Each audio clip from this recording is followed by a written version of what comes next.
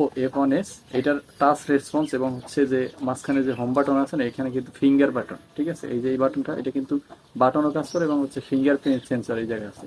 তো এই ফোনটার যে ফিঙ্গার রেসপন্স, এটা এত সুন্দর, যেটা দেখার পর আমি জাস্ট অবাক হয়ে গেছি। আর এটা ক্যামেরা ফিচার অনেক ভালো।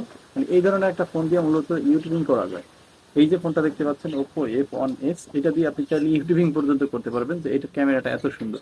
আমি জাস্ট আপনাদেরকে একটু এটার ফিঙ্গার রেসপন্স দেখাই। এই যে ফোনটা লক করা, দেখেন, এই যে ফোনটা কিন্তু লক করা, জাস্ট আনলক হয়ে গেছে। আবার একটু দেখাই, এই যে আনলক হয়ে গেছে। এখন বিষয়টা হচ্ছে কি, এই ফোনটা দিয়ে কি আসলে ইউটিউবিং করা যায় কিনা, কিংবা হচ্ছে ফেস ভিডিও, তারপর হচ্ছে ব্লগ ভিডিও করা যায় কিনা, সেই বিষয়টা আপনাদেরকে একটু ক্লিয়ার করি।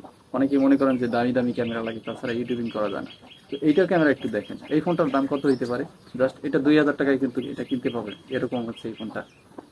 তো দেখেন এটা টাচ রেসপন্স কিরকম, এই হচ্ছে এটা বিষয়। আরেকবার একটু দেখাই, এটা হচ্ছে টাচ রেসপন্স। এবার হচ্ছে এটার ক্যামেরা